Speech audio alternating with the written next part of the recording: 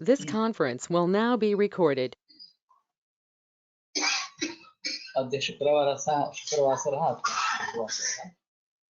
वैशाख कृष्ण दशमी दिनांक 4 जून 2021 शरद case paper पृष्ठ क्रमांक 4 शंखं चक्रं जलौकां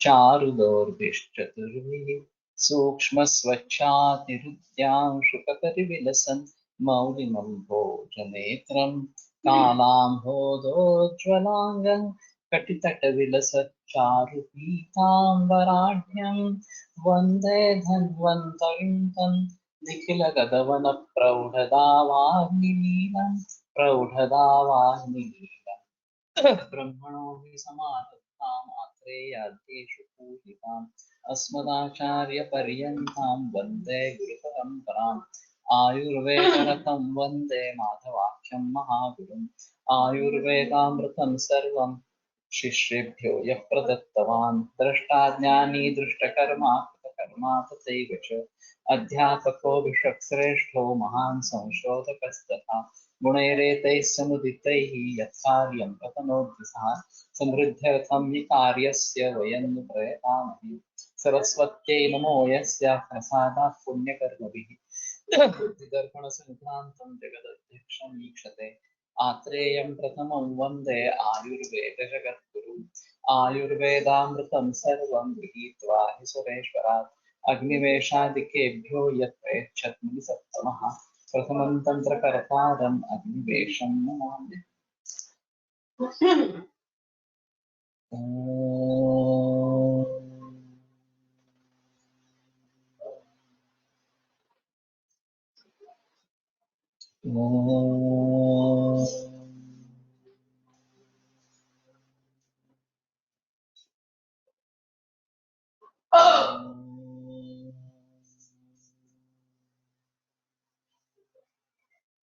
ओम शांति शांति शांति।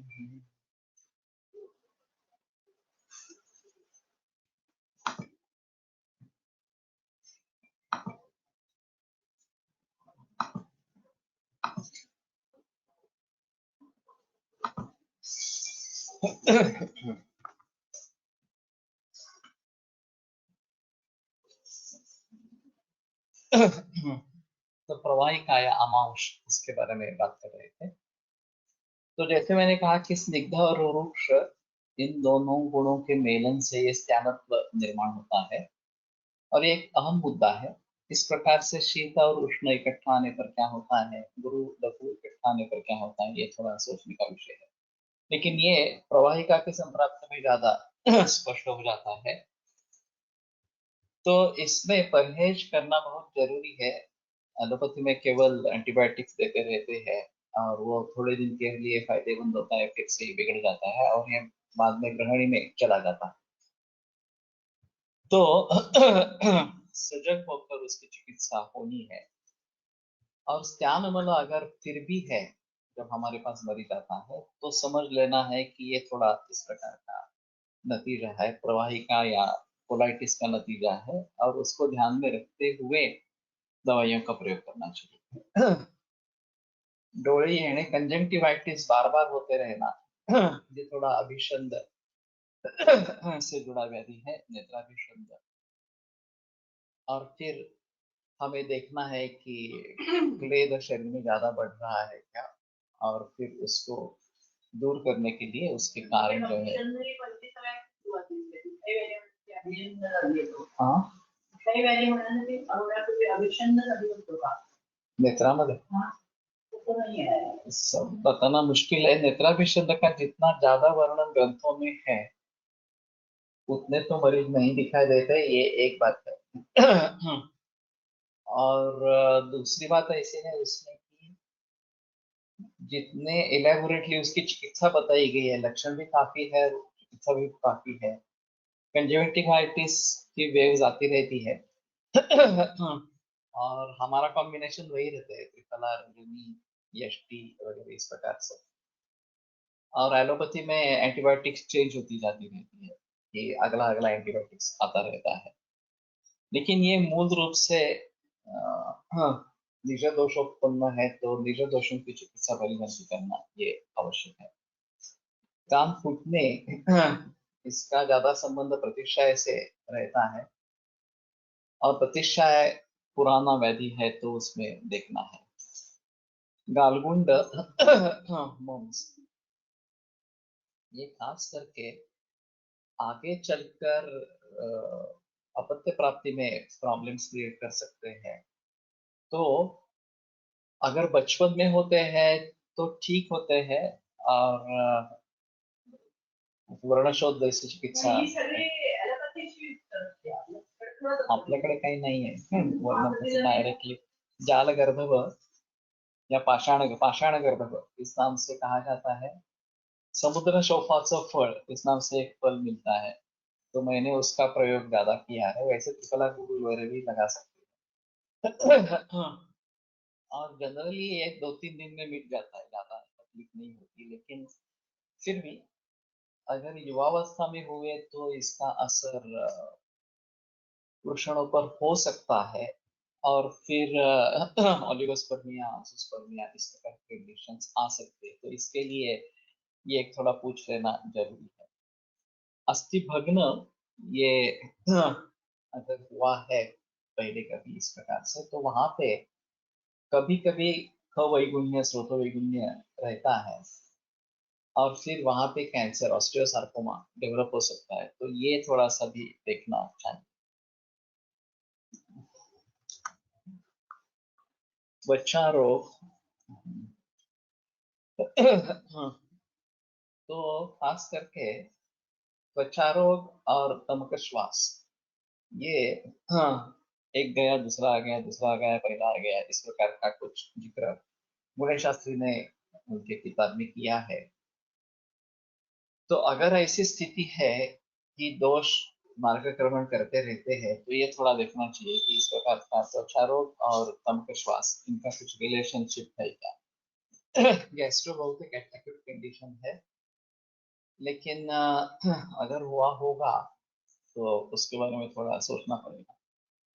हृदरोग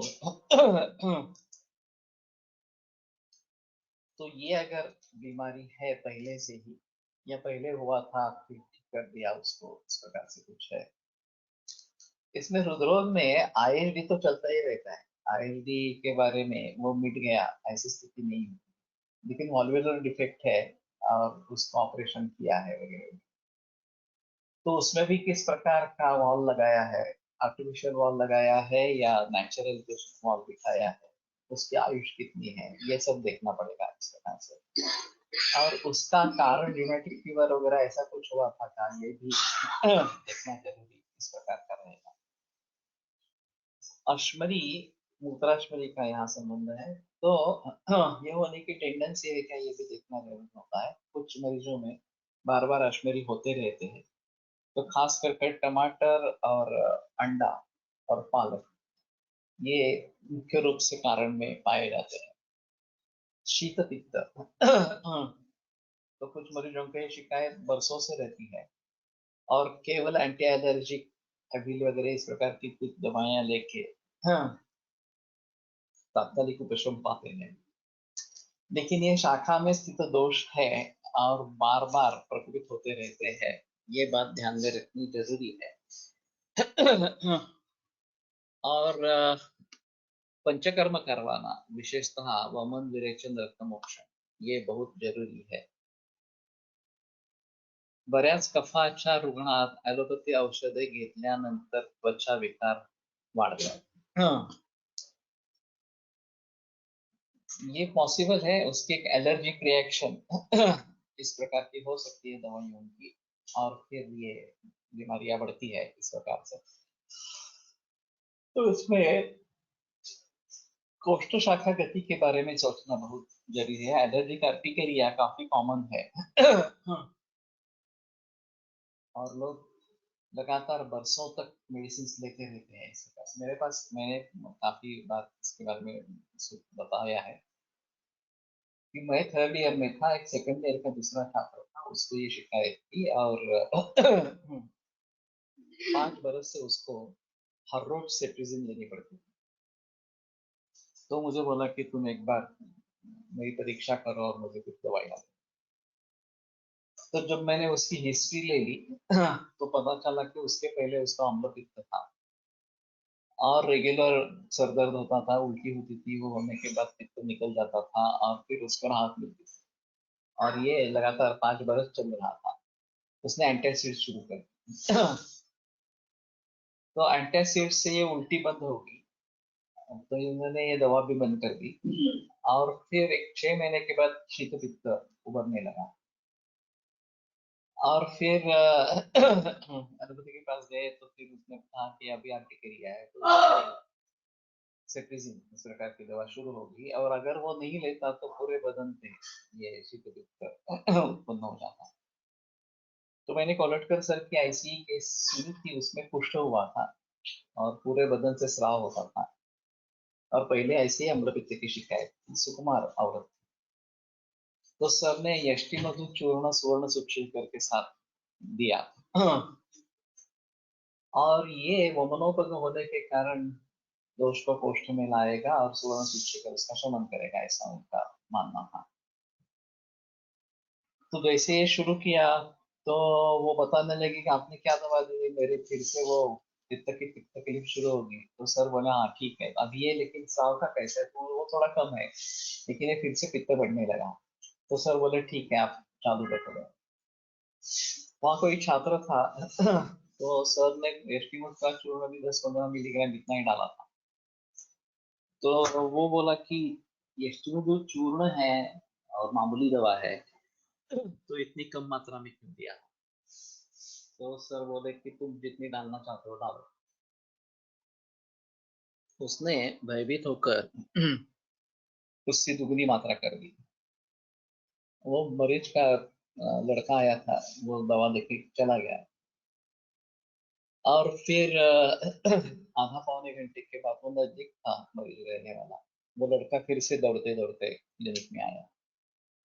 तो सर ने पूछा क्या हुआ, तो उसने बताया कि आइला बाथरूम भर उल्टी लगी। और फिर सर और छात्र वो देखने के लिए गए मरीज को। अशक्ति थी, बाकी ठीक था, बहुत दोष उत्क्लेशित होकर बाहर निकल गए। तो फिर लक्ष्मी विलास वगैरह देखकर वो सुधर गई और जल्दी ठीक हो गई, क्योंकि सर वमन नहीं करवाना चाहते थे क्योंकि वो सुकुमार थी। लेकिन ये यष्टि का डोज 10-15 मिलीग्राम से 25-30 मिलीग्राम होने पर इतनी बड़ी होती है। तो ये अजीब बात है। तो मुझे भी मालूम था, मैंने भी उसको स्वर्ण सूचीकार और यष्टि मधु चूर्ण ऐसा दिया। तो बोलने लगा कि बस अब मुझे उल्लास होने लगा है। तो मैं थोड़ा घबरा गया। तो मैंने कोलटकर सर से पूछा, तो सर बोले दे दो वमन।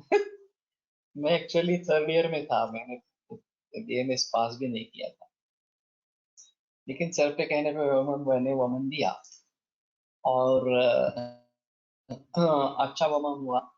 फिर विरेचन करवाया, और उसके पहले बहुत कारण थे, नॉनवेज बहुत खाता था, दही खाता था, अचार खाता था, स्पाइसी चीजें बहुत खाता था, और वो अभी भी चल रहा है। वो सभी कारणों को बंद कर दिया।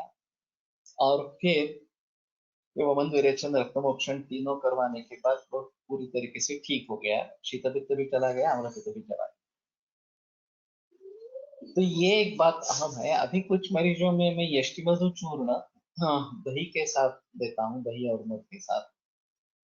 तो ये थोड़ा अभिषेक करके दोष को कोष्ठ में लेके आता है, और फिर उसका शमन सूक्ष्म कामदगा वगैरह से करना है।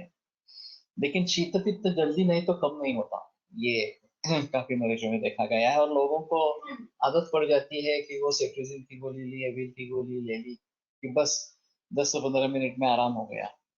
तो उसी प्रकार से रिजल्ट्स आयुर्वेद में चाहते हैं, और ये इतने आसानी से नहीं होता। तो दोष की गति बदलना, कोष्ठ शाखा से कोष्ठ में लाना, ये एक अहम मुद्दा इसमें रहेगा, और वो अगर भलीभांति कर पाते हैं तो ये अच्छा रहेगा।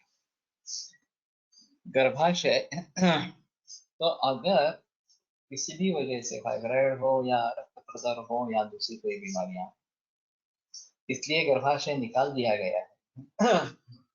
और वो काफी कम उम्र में निकाला गया है। 30 बरस से लेकर कभी भी गर्भाशय निकाल गया।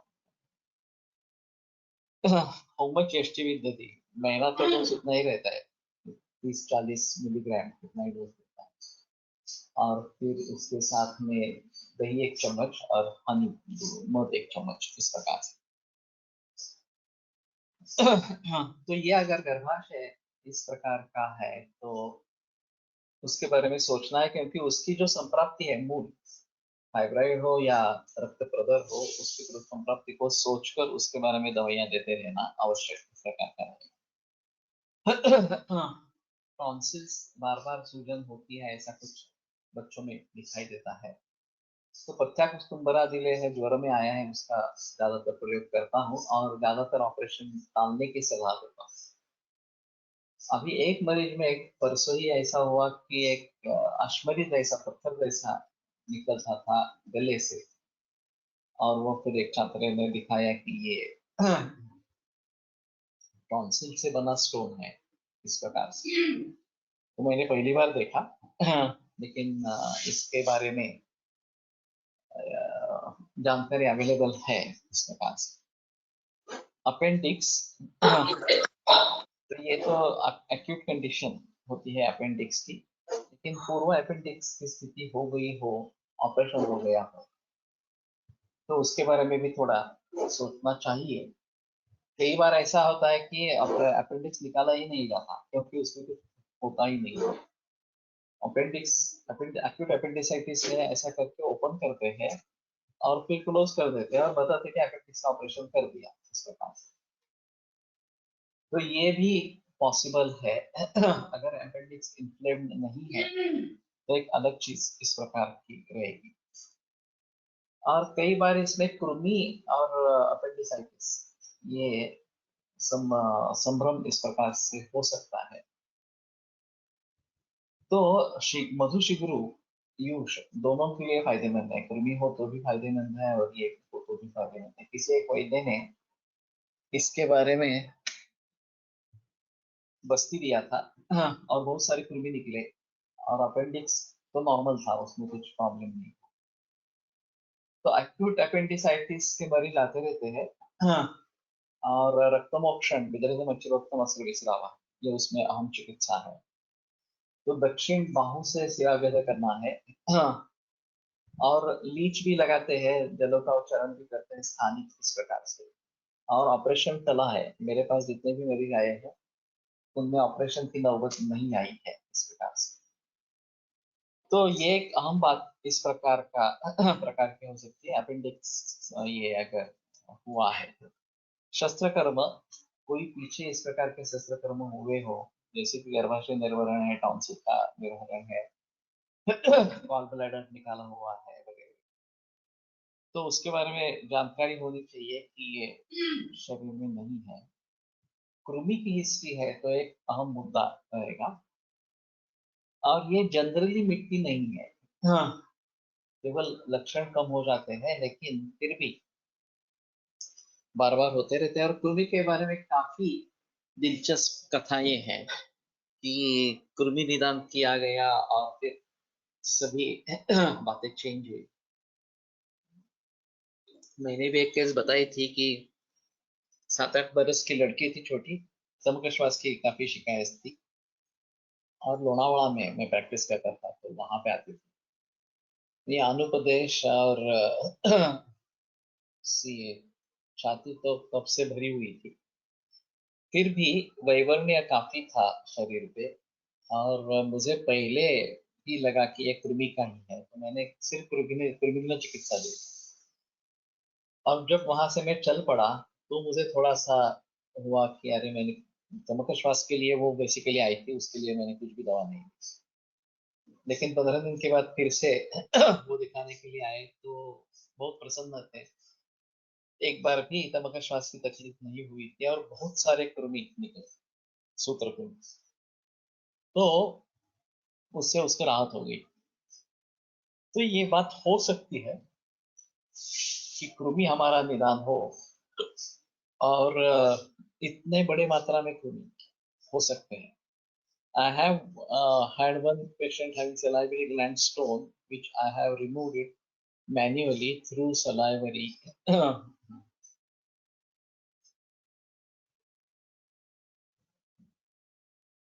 duct after the inflammation is reduced. Okay. तो इसके बारे में देखना चाहिए, यही सबसे अहम है. यष्टी कमी मात्रेत स्टेरॉइड सारखे काम करते आणि मात्रा वाढवली की वामक करते, असंच यष्टी प्रयोग धपेश्वरकर सरांनी प्रसूती समयी यष्टीचा गर्भ वामक म्हणून करायला सांगितला होता. डिलिव्हरी नॉर्मल झाली, जिच्यामध्ये गर्भ नाभी नाडीचे वेढे मानेभोवती होते. अहम मुद्दा है. वामक का इस प्रकार से कोई प्रयोग करेगा ऐसे मैंने सोचा नहीं था, लेकिन ठीक है, एक अलग तरीका है सोचने का. एक रुग्ण वय 37, तिला रक्तप्रदाराचा त्रास होत होता. तिला आयुर्वेदाची चिकित्सा चालू होती, पण उपशय नव्हता. तिला प्रचंड मनोवसाद पण चालू झाला त्यासोबत. त्यावर ॲलोपॅथी मेडिसिन्स घेऊन पण उपशय नव्हता. शेवटी हिस्टेक्टमी केल्यावर तिची मनाची लक्षणे कमी झाली.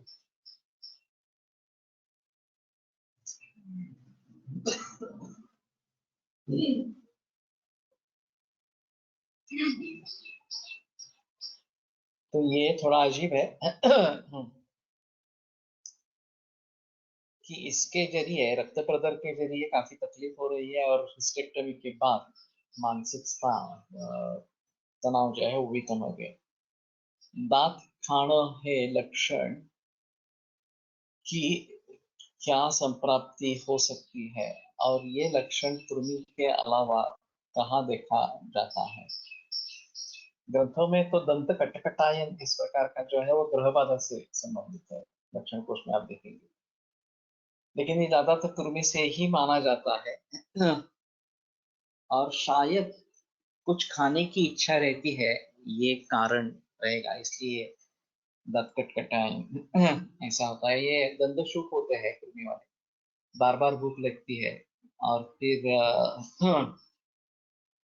कुछ नहीं मिला तो दंत कटकटायन इस प्रकार से करते रहते. गड़वे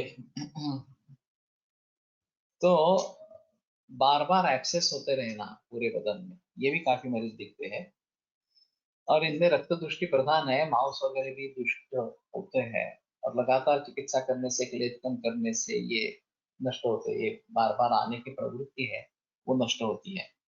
तो इसमें रक्त मोक्षण का एक अहम रोल इस प्रकार का है. कुटुंबाचे आजार, अगर फैमिली में हेरिडिटी की है, ये थोड़ा देखना जरूरी पड़ेगा.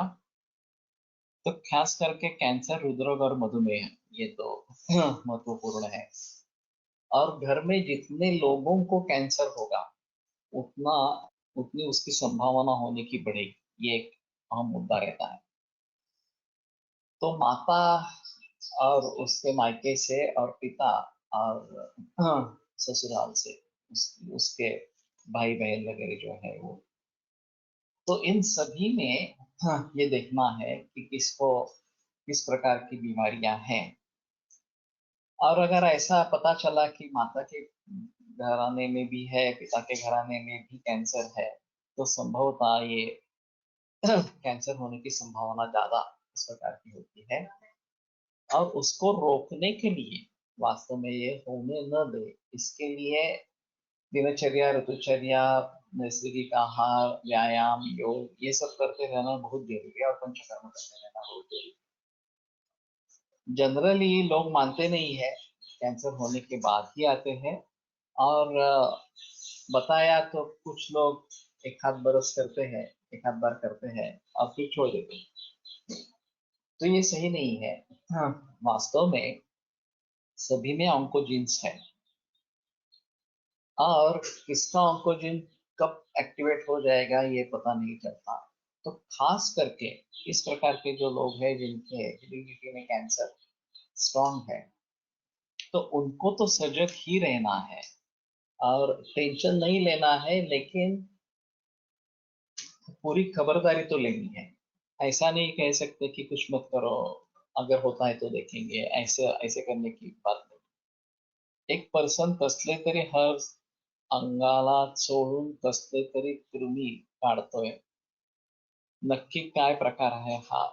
तिच्या म्हणण्याप्रमाणे ते कृमी नेल वर घेऊन क्रश केल्यावर आवाज येतो. इसमें जो रिकेट्स है, पत्थरों,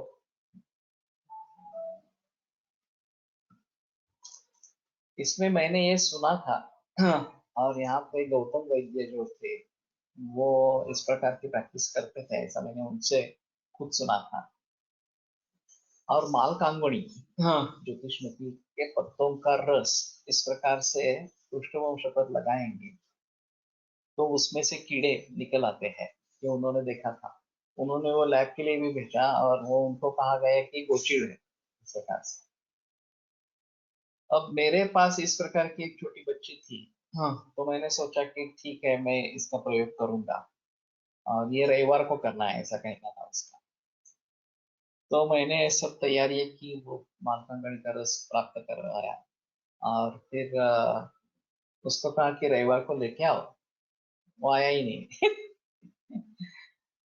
तो बाद में, हाँ, मैंने पूछा कि क्या हुआ, तो बोले कि नहीं, हमारे यहाँ एक कोई आदमी है, वो बोला कि ये वहां जाने की क्या जरूरत है, हम एक यहाँ पे प्रयोग करते हैं, उससे भी वो ठीक हो जाए। और उसने वही प्रयोग किया और बताया कि ऐसे ऐसे हमने एक तरह लगाया, कुछ रस लगाया उसने, उसमें से कीड़े बाहर निकल आए और वो सुधरने लगी।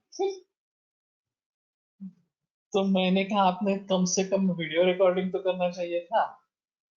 इस प्रकार से होता है। अभी ये मुश्किल है, इस प्रकार के रिकेट्स के मैरिज पाना काफी मुश्किल है। सौभाग्य से मुझसे एक लड़की मिली थी, छोटी 5-6 बरस की थी, लेकिन फिर ये एपिसोड वैसा ही रह गया। लेकिन इसकी पुष्टि होगी जो गौतम सर कह रहे थे, भैया राव गौतम, कि इस प्रकार से कीड़े निकलते हैं और वो निकलने से रिकेट्स ठीक होता है। तो ये एक अहम मुद्दा है इसके बारे में। और ऐसे दांत में से भी कृमि निकालते हैं, दंतकारी का फल उसका धूपन करके दांत में से कृमि निकालते हैं। और लोग बताते हैं कि ये, हाँ, दिखा सकते हैं। अभी डेंटिस्ट तो मानते नहीं है ये जो इन्फेक्शन है, कृमिदंत जो है उसमें माइक्रो ऑर्गेनिजम्स का इन्फेक्शन है, यहाँ से दिखने वाले कृमि इस प्रकार के तो नहीं है। लेकिन लोग बताते रहते हैं इसका भी वीडियो शूटिंग होना चाहिए। अगर इस प्रकार से कंटेकारी फल से दांत में से कृमि निकाल सकते हैं तो कम से कम हमारे पास एविडेंस होना चाहिए। पाठीतून काढतात ते किडे दर शनिवारी जुन्या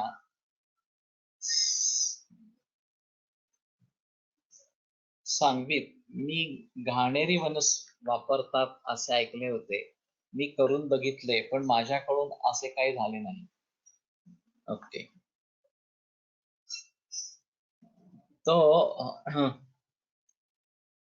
देखो, इस प्रकार से अगर किसी को ये मिलता है तो वीडियो शेअर करो. मी पण पाठीतून काढतात असे ऐकले होते. या और भैयाराव गौतम से मैंने खुद सुना है, तो उसमें कोई संदेह नहीं है। और ये अनुभव जो बताया उस रुग्ण ने, वो वही उसी प्रकार का था. चिगुरबीजचा वापर करतात फक्त कृती कृमी काढण्यासाठी, दंतकृमी काढण्यासाठी. ये मैंने नहीं सुना था, ठीक है। लेकिन कहने का तात्पर्य ऐसा है कि ये हमारे शास्त्र से अगर सिद्ध होना है इस प्रकार का, तो अभी एविडेंस बेस्ड का जमाना है। तो आपको एविडेंस देना पड़ेगा कि ये वीडियो शूटिंग है, ये निकाले, ये लैब में भेजे और इसका ये रिपोर्ट है। यहाँ तक सब करना है तो पॉसिबल इस प्रकार का रहेगा। तो कैंसर के बारे में ये खास करके ध्यान रखना जरूरी है कि अगर जितनी बड़ी हेरिडिटी है तो उसका कैंसर होने की संभावना है। चाहे मरीज हमारे पास किसी दूसरे रोग के लिए आया हो, एक दो चीजें हैं, एक तंबाकू सेवन है तो मैं जरूर ओरल कैविटी देख लेता हूँ, और अगर लिकोप्लेकिया है तो उनको सजेस्ट करता हूँ कि तंबाकू छोड़नी है और वात से गंडूश इस प्रकार से करने हैं। और अगर हेरिडिटी इस प्रकार की स्ट्रांग पाई जाती है तो जरूर देखना चाहिए, और खास करके ब्रेस्ट कैंसर नानी में और फिर माता में है तो युवा लड़कियों में ये पॉसिबल है कि उनको भी ब्रेस्ट कैंसर होगा, तो उसके बारे में बहुत सजग रहना जरूरी इस प्रकार का है। ब्रेस्ट कैंसर की हेरिडिटी बहुत ही स्ट्रांग है, तो ये बातें ध्यान में रखनी है। और कैंसर हुआ था ऐसा अगर परिवार में पता चलता है तो किस प्रकार का कैंसर का, कितने कितने लोगों को हुआ था, ये सभी देखना बहुत जरूरी इस प्रकार का रहेगा। दूसरा हृदरोग की बात है कि हृदरोग भी इस प्रकार से हेरिडिटी कुछ होता है उसमें, और खास करके आईएलडी जो अभी है वो ध्यान में लेना जरूरी है। तो अभी जो सामने मरीज है उसके बारे में थोड़ा सावध होना जरूरी है। मधुमेह तो होता ही है, उसमें संदेह नहीं है, लेकिन उसकी अभिव्यक्ति काफी देर के बाद होती है। अभी जुवेनाइल डायबिटीज भी काफी बढ़ रहा है, और इसका मूल कारण A1 मिल्क है। इसमें काफी बहस विदेशों में हुई है। न्यूजीलैंड में ये खोज शुरू हुई, और ये जर्सी गाय का दूध उसमें एक विशिष्ट प्रोटीन होने के कारण जुवेनाइल डायबिटीज का कारण है। इसका डेविल इन द मिल्क, ये उसकी किताब है, अमेजन पर मिलती है। तो हाँ, कार्पोसिस फोलियासिस भी जेनेटिक हो सकता है। मैंने ज्यादा मरीज देखे नहीं है इस प्रकार से, और ये गर्भावस्था में विकृति निर्माण हो गई, ये भी बात हो सकती है। तो अभी जुवेनाइल डायबिटीज के केसेस बढ़ रहे हैं, और एक देखना जरूरी है कि जेस्टेशनल डायबिटीज भी बढ़ रहा है। तो जिनको जुवेनाइल डायबिटीज होता है उनमें जेस्टेशनल डायबिटीज था क्या, ये भी देखना जरूरी है। अगर ऐसा है तो वो 7वें महीने के काढ़े का प्रयोग कर सकते हैं। ज्यादातर जेस्टेशनल डायबिटीज 7वें महीने में व्यक्त होता है। तो इस प्रकार के अगर डायबिटीज की हिस्ट्री है घर में तो हेरिडिटी है, तो उसके बारे में थोड़ा सावध इस प्रकार का होना चाहिए। त्वक श्वास भी इस प्रकार से अगले पीढ़ियों में देखा जाता है, तो उसके बारे में भी थोड़ा सोचना है। उच्च रक्तदाब तो अभी उच्च रक्तदाब का आयुर्वेदीय निदान क्या है, ये बड़ा अहम मुद्दा है। मैंने काफी इसके बारे में एक बड़ा लिख दिया था। संक्षेप में मैं यहाँ पे बताना चाहता हूँ कि सिरा, रक्त और फोर्स, ये तीन बातें हमें देखनी है। It is the pressure exerted by the blood on the vessels, ये ब्लड प्रेशर की व्याख्या है। और ब्लड का वॉल्यूम बढ़ता है तो भी प्रेशर बढ़ता है। सिराएं पतली होती है या उसमें उसकी इलास्टिसिटी चली जाती है तो भी प्रेशर बढ़ता है। और चिंता, भय वगैरह इस प्रकार के भाव होते हैं तो भी ब्लड प्रेशर बढ़ता है। और रक्त में दोष आना वगैरह, ये वातजुष्ट पित्तजुष्ट रक्त वगैरह इस प्रकार का हो जाना, ये भी कारण है। आम और कफ, ये भी कारण है, जिसको अभी कोलेस्ट्रॉल वगैरह कह रहे हैं इस प्रकार से।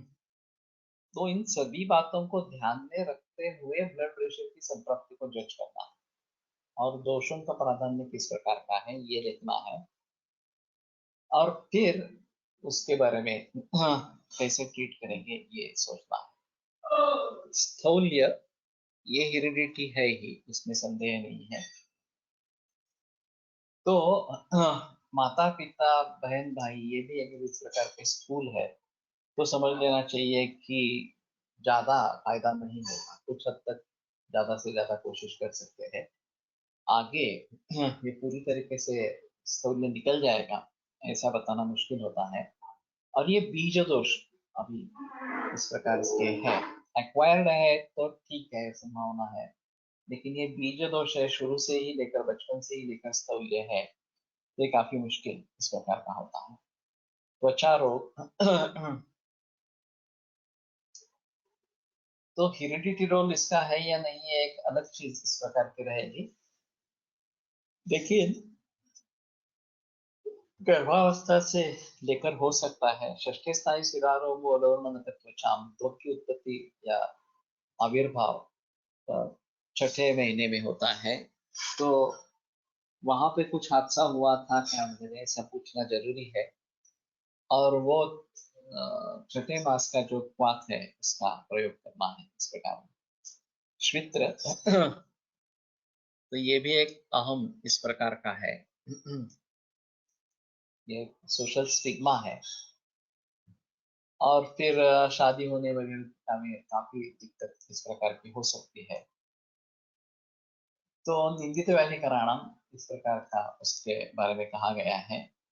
तो ये अगर है तो आगे वाली पीढ़ी में भी ये आ सकता है। ये बात ध्यान में रखनी जरूरी है। खास करके जब शादी निश्चित करनी है तो ये बात ध्यान में रखनी है। ऊंची कमी, तो ड्वार्फनेस, ये स्थौल्य और कार्ष्य के बारे में जैसे बताया उसी के आधार पर, मेदो धातु के आधार पर ये ऊंची कम होना या ज्यादा होना ये दिखाई देता है। ये कम रहते हैं लेकिन होते हैं। और फिर जेनेटिक होने के कारण सफलता पाना काफी मुश्किल है। एक एलिजा राव सर्जरी करके रशिया का टेक्निक है, और मैंने उससे फायदा हुआ ऐसे भी मरीज देखे हैं। और कॉम्प्लिकेशंस होकर मरीज की मृत्यु होगी इस प्रकार का भी देखा। तो ये थोड़ा सा सोच समझ कर करना है, और ये मैकेनिकल है ऑफ कोर्स। चश्मा, हाँ, तो ये एक अहम मुद्दा रहेगा अभी के स्थिति में, क्योंकि चश्मा लगना ये हमारे हिसाब में तिमिर रोग है। उसके जो लक्षण बताए गए हैं वो देखेंगे तो ये तिमिर रोग है। और एलोपैथी तो इसको सिर्फ रिफ्रैक्टिव एरर इस प्रकार की मानती है, और चश्मा देकर उसको करेक्ट करना है इस प्रकार से। तो एक अहम मुद्दा इसमें ऐसा होता है कि हम हमारी दृष्टि से उसका निदान करने की कोशिश करें, और फिर उसके अनुसार चिकित्सा करें। मैंने भी ये सोचा था कि 40 इयर्स के बाद चश्मा लग जाता है जनरली, तो वैसा मुझे भी तकलीफ होने लगी दिखने में। तो मैं सिर्फ सोचता ही रहा कि मैं इसकी चिकित्सा करूंगा। वास्तव में चिकित्सा की नहीं गई। और फिर चश्मा पहनना आसान था, तो चश्मा शुरू हो गया। तो कहने का तात्पर्य अर्थ ये है कि अगर यहीं पे हम तिमिर को रोकते हैं तो तिमिर आगे बनकर कवच लिंगनाश में परिवर्तित होता है। तो जिनको तिमिर नहीं होगा उनको कवच लिंगनाश भी नहीं होगा। और इस प्रकार के बूढ़े रहे हैं जो 90 वर्षों के बाद भी उनको चश्मा नहीं है। इस प्रकार के लोग पुराने जमाने में होते थे इस प्रकार से। तो इसमें काफी बड़ी बहस हो सकती है कि जब गर्भाशय में गर्भ 9 महीने तक रहता है वो तो अंधेरे में रहता है, और फिर बाहर आने के बाद तुरंत उसको एक्सपोजर लाइट का नहीं होना चाहिए। लेकिन अभी तो सिजेरियन का जमाना है, और ज्यादातर बच्चे उस बड़े लाइट में ही जन्म लेते हैं। फिर ये तो कंसेप्ट नहीं है कि उनको कम प्रकाश में रखना है इस प्रकार से। तो रेगुलर रूटीन शुरू हो जाता है। पुराने जमाने में एक कमरा अलग रहता था बालंतनी को लेकर, और बड़ी फैमिली होती रहती थी, बहुत सारे लोग घर पे रहते थे, और कोई ना कोई गर्भार इस प्रकार की औरत होती ही थी, कुटुंब नियोजन कभी नहीं पाता था। तो सासुरवासी या माहिरवासी इस प्रकार से कोई ना कोई तो घर में रहता था जो गर्भिणी अवस्था में है, सूतिका अवस्था में है। तो उस सूतिका अवस्था में उसको वहां पे रखते थे, और ये काफी अंधेरा रहता था। एक थोड़ा छोटा सा दिया जलता था, और काफी अंधेरा रहता था। और 1.25 महीने के बाद उसको घर से बाहर निकलना है देव दर्शन के लिए। ये प्रथा थी। अब वो धीरे धीरे अंधेरे से प्रकाश की तरफ जा रहा है, ये बेहतर ऑप्शन इस प्रकार का है। और फिर अभ्यंग वगैरह ये सब बातें होती रहती थी दोनों के लिए, माँ और बच्चे के लिए। अभी अगर ये निर्बंध हम नहीं कर रहे हैं और सीधा उसको एक्सपोजर दे रहे हैं पूरे लाइट को इस प्रकार से, तो वहां से शुरुआत होती है।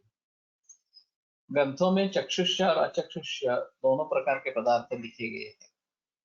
खास करके नमक जो है, सर्वम लवणम अचक्षुष्यम अन्यत्र सैंधव, तो सैंधव छोड़ के बाकी सभी नमक जो है वो अचक्षुष्य है। विशेषकर समुद्र लवण या भी टाटा का नमक है वो तो केमिकल ही है।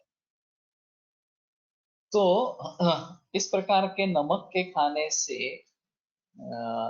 ये बीमारियां इस प्रकार की बढ़ सकती है।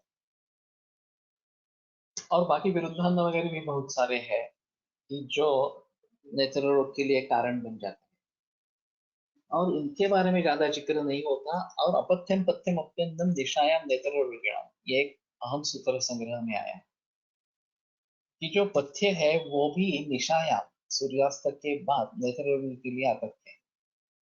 तो उनको कंपल्सरीली सूर्यास्त से पहले भोजन देना चाहिए। अभी ये भी मुश्किल बात है।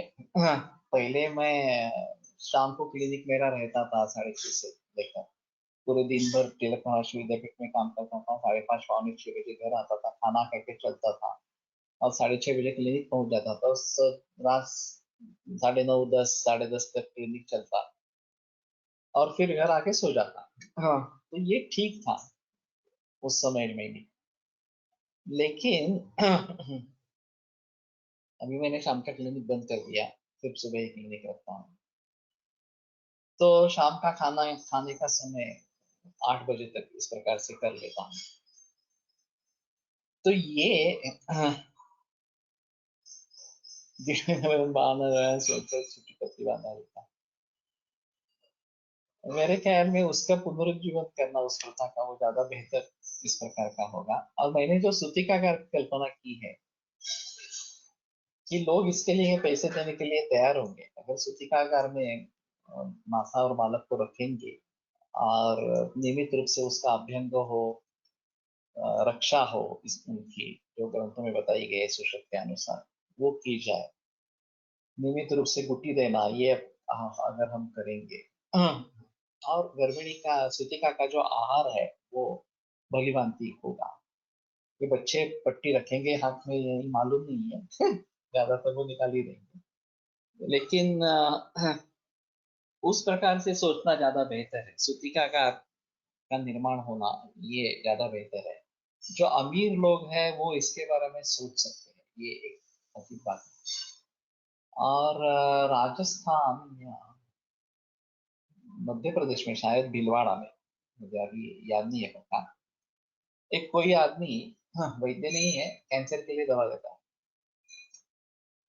और उसका कहना यह है कि अंधेरे में रहना है मरीज को, एक रूम अंधेरे रूम में कन्वर्ट करनी है और उसको उस रूम से बाहर आना ही नहीं है।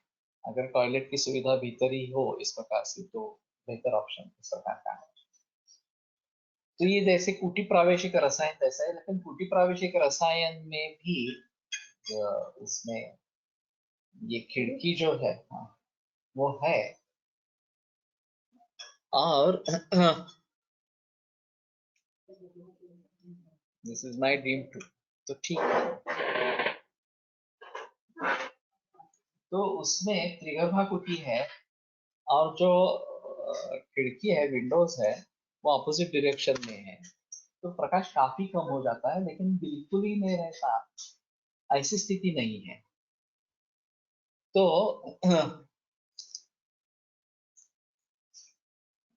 इस प्रकार से अगर रखेंगे तो ये रिजुविनेशन जैसा है। और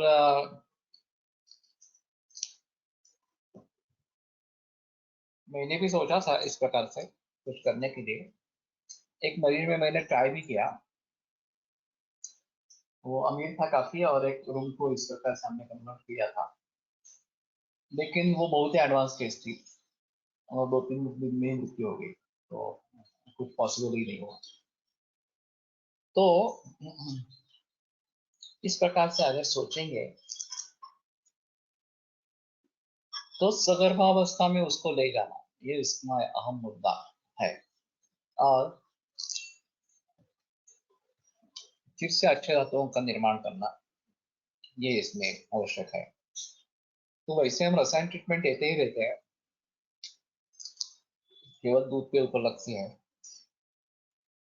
इसके साथ में अगर ये दे सकते हैं तो उसका काफी फायदा होगा, ऐसा मुझे भी लगता है। लेकिन हुआ नहीं है।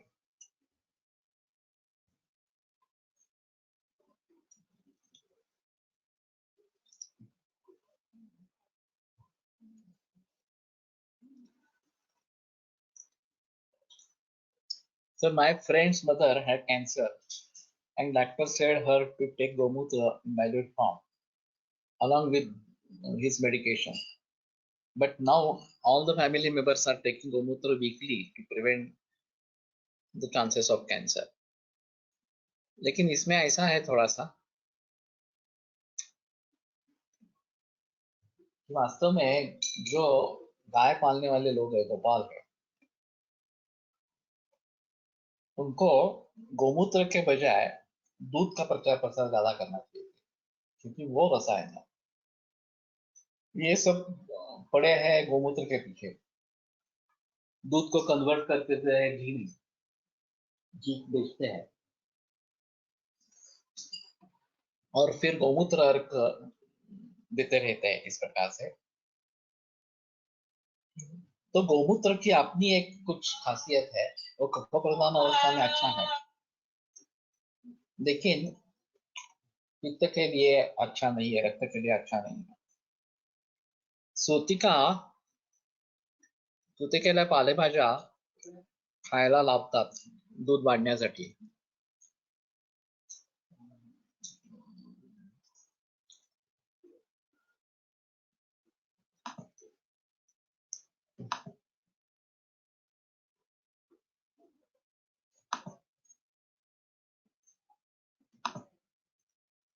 यार खाली आलाय,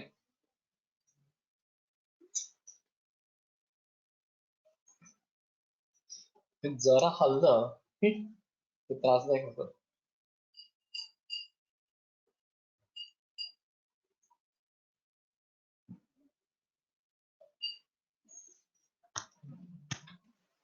पूरी अटॅच्ड आहे।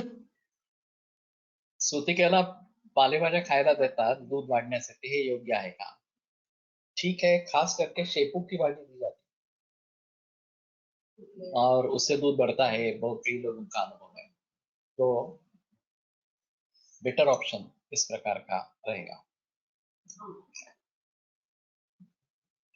तो मेरे कहने का तात्पर्य तो ये है कि चश्मा एक अहम मुद्दा हो सकता है, और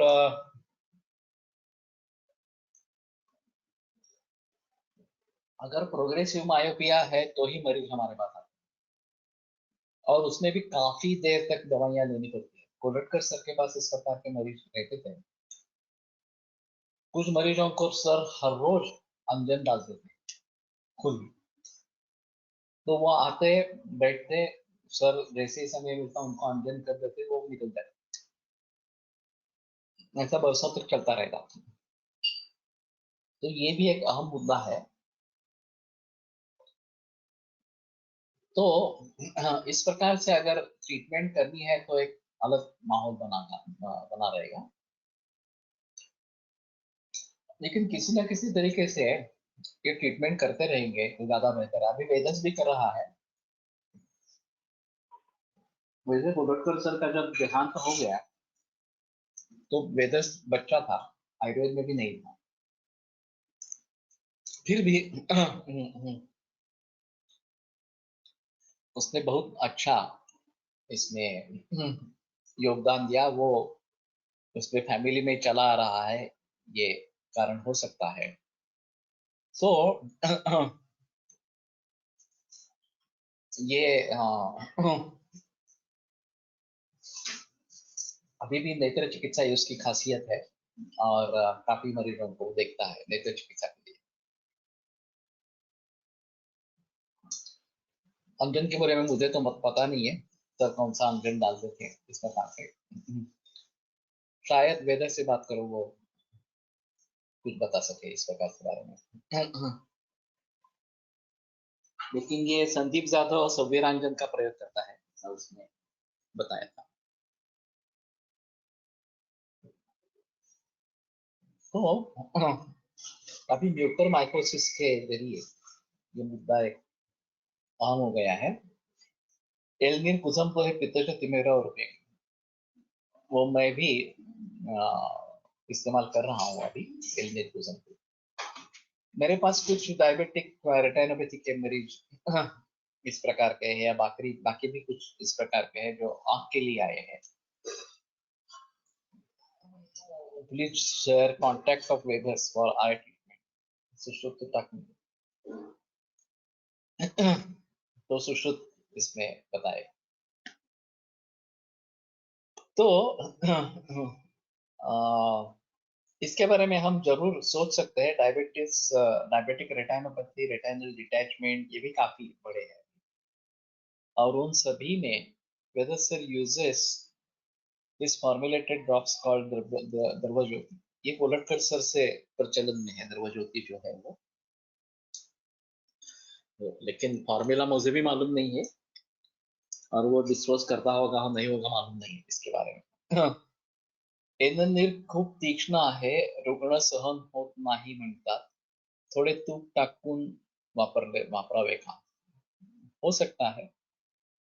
ये इनका ऑप्टोनिका करके कुछ हिमालय ड्रग के ड्रॉप्स है, वो भी अच्छे हैं, और वैसे त्रिफलांजन में भी ड्रॉप्स के स्वरूप में है, वो भी कई लोग इस्तेमाल। यष्टि तेल, ओके, ये अगर मालूम है तो अच्छी बात है। तो गुर्दा डाल के प्रयोग में ला सकते हैं। और वैसे हमें तिमिर को ठीक करना है, तिमिर तिमिर को ट्रीट करना है, ये एक अहम मुद्दा रहेगा। और खास करके प्रोग्रेसिव मायोपिया अगर है, बहुत ही ज्यादा नंबर है, तो जरूर इसमें दखल अंदाजी देना जरूरी है। तो पूरी तरीके से हिस्ट्री लेकर अगर ये करेंगे तो अच्छा रहेगा। इसमें एक अहम मुद्दा इस प्रकार का है कि एलोपैथी में किसी भी स्पेशलिस्ट के पास जाते हैं तो 5-10 मिनट में उनका निदान हो जाता है, उसकी ट्रीटमेंट डिसाइड हो जाती है। और हमारे यहाँ 1 घंटा तो हिस्ट्री लेने में चला जाता है। मेरा एक अजीवानुमोरा एक 12-13 बरस का लड़का था, स्प्रिंग कटा था, और मूल केस पारस शाह के पास थी, और उसने लोकल स्टेरॉइड्स दे दी, फायदा नहीं हुआ। तो फिर पहले लोकल ऐसी कुछ दी थी दवा, फिर फायदा नहीं हुआ, फिर लोकल स्टेरॉइड दी, उसका भी फायदा नहीं हुआ, अभी सिस्टेमिक स्टेरॉइड शुरू कर दी। तो मेरा नाम उसके याद में आ गया, तो उसने कहा एक बार तुम गाडगिल से मिलो और वहां पे कुछ लिखा होती है कह दे। तो मुझे वो मेरे पास आ गया। तो हम हिस्ट्री ले रहे थे, ये छोटा बच्चा है, 10 बरस 12-13 बरस का। तो कितने बजे उठते हो, क्या खाते हो, स्कूल का टाइमिंग क्या है, वगैरह वगैरह ऐसा सब चल रहा हो। तो उनके जो माता पिता है वो बड़ी विचित्र नजर से देख रहे थे। अंत में मैंने उनसे पूछा कि आपको बहुत ही कुछ विस्मयजनक लग रहा है क्या। तो बोले हाँ। मैंने क्या हुआ ऐसे।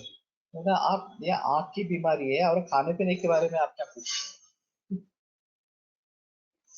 तो फिर मेरे दिमाग में आ गया, अरे एलोपैथी के किसी डॉक्टर के पास जाते हैं, ऑप्थेल्मोलॉजिस्ट के पास, डर्मेटोलॉजिस्ट के पास, कार्डियोलॉजिस्ट के पास, या किसी और किसी प्रकार जनरल मेडिसिन के पास, तो कहीं ये पूछते ही नहीं है कि खाना क्या खाते हो, कब खाते हो, कब उठते हो, कब सोते हो, वगैरह वगैरह, इसके बारे में कोई सवाल ही नहीं है पूछने का। और उनका 10 मिनट में निदान हो जाता है, उनके हिसाब से ट्रीटमेंट जो करनी है वो भी निश्चित हो जाती है, और 10 मिनट में पेशेंट आगे निकल जाता है। तो मैंने कहा कि ठीक है, आपकी शंका जो है वो बराबर है, लेकिन ऐसा है कि शरीर का पोषण आहार से होता है। बोले हाँ, तो शरीर के सभी अवयवों का भी पोषण आहार से ही होगा। बोले हाँ, तो नेत्र भी एक शरीर का अवयव है। हाँ, तो उसका भी पोषण आहार से ही होगा। वो थोड़े अटक गए, और फिर बोले नहीं, हाँ बराबर है। तो मैंने कहा कि अगर सही चीजें आंख तक पहुंचती है तो सही पोषण होगा। अगर हमारे हिसाब में अचक्षुष वगैरह इस प्रकार के जो पदार्थ है वो अगर वहां पहुंचेंगे तो नुकसान करेंगे। और आहार से वैसे देखा जाए तो सभी सिस्टम्स का, सभी अवयवों का संबंध है। एलोपैथी में इसका विचार नहीं किया गया, ये उनकी कमी है। वो हमारे लिए ये हमारी खासियत है। तो उसको अगर हम भली भांति सोचेंगे तो उसमें अंतर आएगा। तो वो शिकरण खा रहा था, दही खा रहा था, बाकी बहुत सारी चीजें, उसको मैंने वमन करवाया। क्योंकि स्प्रिंग कटारी वैसे स्प्रिंग ऋतु में होने वाली, वसंत ऋतु में होने वाली बीमारी है, एलर्जिक है। और इसमें एक प्रॉब्लम ऐसा है कि शुरू में तो आंख लाल हो जाना, खुजली होना इतना ही होता है, लेकिन कॉर्निया भी इन्वॉल्व हो सकता है बाद में, और फिर ओपेसिटी निर्माण होती है, तो आंख चली भी जाती है। तो उस पहली अवस्था में जब स्क्लेरा केवल इन्वॉल्व है और ये खुजली आना, रेडनेस, ये भी यही लक्षण है, तो उसमें उस कफ को अगर हम निकाल देंगे तो फायदा होगा। तो मैंने उसको वमन दिया और फिर एक परहेज के बारे में बताया, वो ठीक हो गया और आगे कुछ नौबत नहीं आई है, आगे बढ़ा भी नहीं कुछ। तो कहने का तात्पर्य अर्थ ये है कि हमारी दृष्टि से एलर्जी कंडीशन जो भी है उसके बारे में हम एलोपैथी से बहुत बेहतर काम कर सकते हैं। धातूचा व पटलाचा विचारामध्ये आवश्यक ठरलेली तो है ही, रेटाइनल डिटैचमेंट वगैरह जो है, रेटाइनाइटिस पिगमेंटोसा, डायबिटिक रेटाइनोपैथी वगैरह वगैरह, ये सभी जो भाव है उनके सभी के बारे में हमें अपने तरीके से सोचना है, और कौन सा धातु इन्वॉल्व है ये देखकर उसके बारे में चिकित्सा करनी है। और फिर वैसे क्रियाकर्म भी बहुत है। केरल में काफी इस प्रकार के केवल नेत्र के रुग्णालय हैं। अब ये नई मुंबई में भी खुला है, उसकी एक ब्रांच खुली है।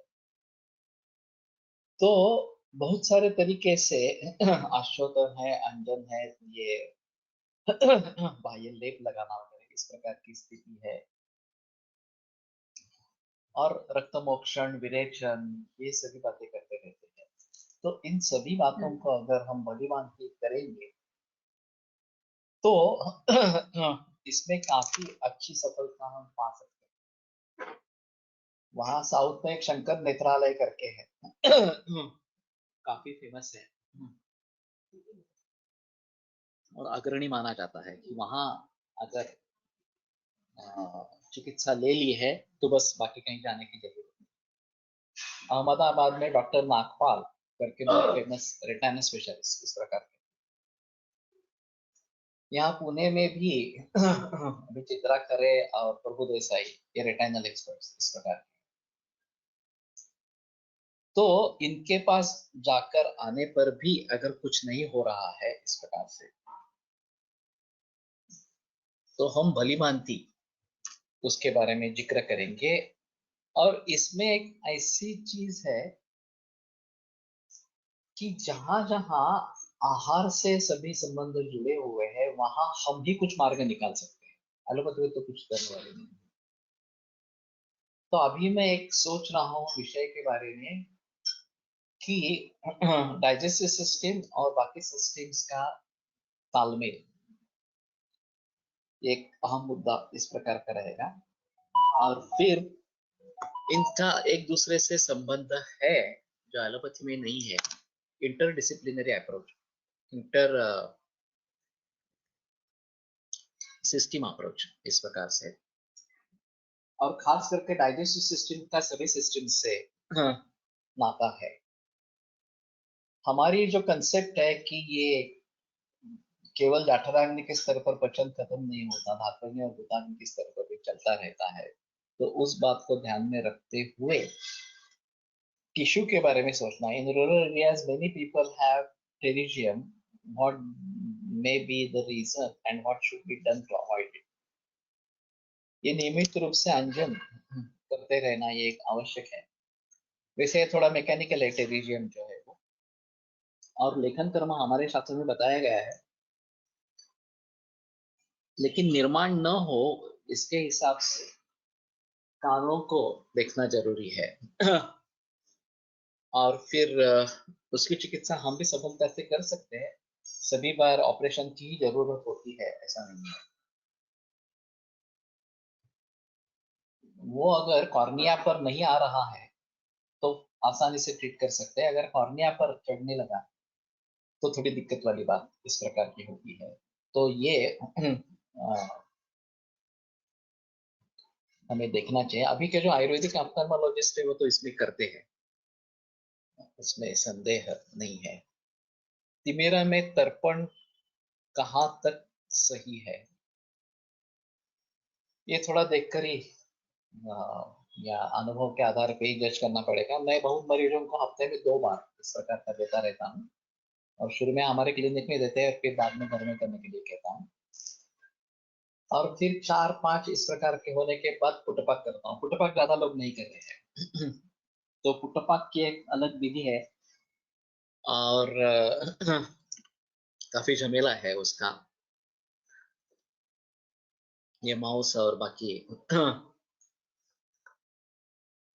द्रव्यों को लेकर पुटपाक बनाना है, लेकिन उसके रिजल्ट्स बहुत अच्छे हैं।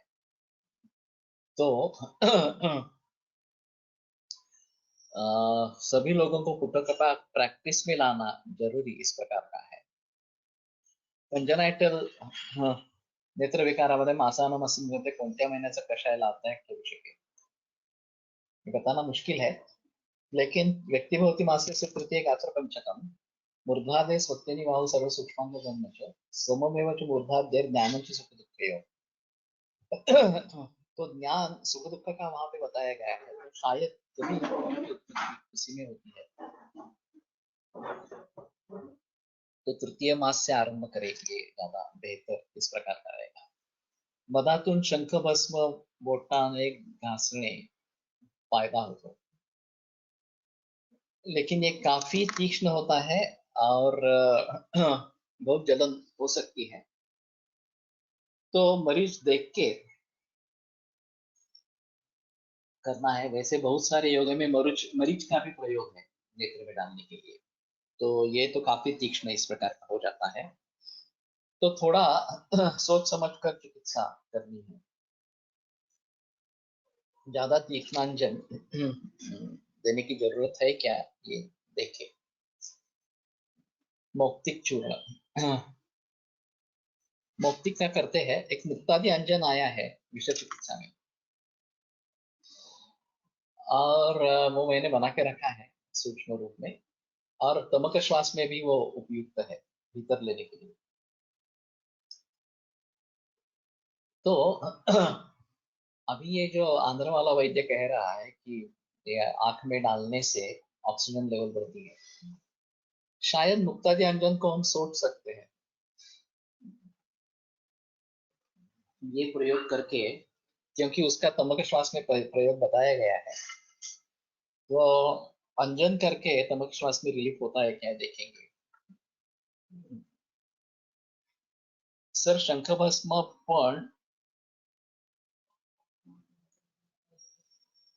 वापरायला सांगत, परत धुवून वापरायला सांगत, पाण्यात धुवून। Please share contact of वेदर्स for eye treatment, thank you. अर्म हे कर्णिकेपर्यंत वाढलेले भाग बळीशंकरा नोचून कापून टाकावे असे सांगितले, आता सुद्धा याच पद्धतीने केले जाते, सही है।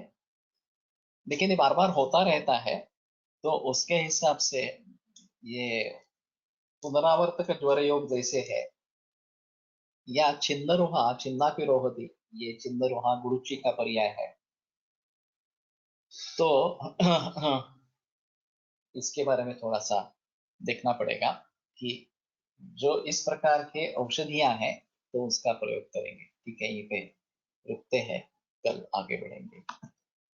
आयुर्वेद प्रकांडो निगदित इह हि शल्यतंत्र प्रधानः शिष्येभ्यः शाश्वतोऽयं निखिलजनकृपा व्याप्तचित्तेन येन आयुर्वेदस्य वाञ्छन् पुनरपि भुवने तां च सुष्ठु प्रतिष्ठां श्रेष्ठं धन्वन्तरिं तं प्रणमति च सतः वैद्यवर्गो हि नूनम् वैद्यवर्गो हि नूनम्।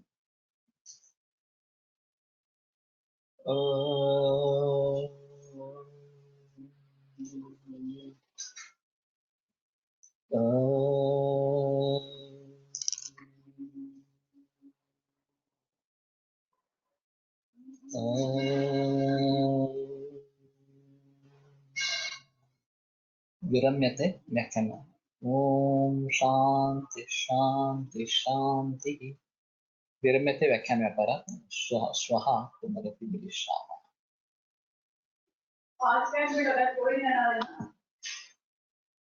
हाँ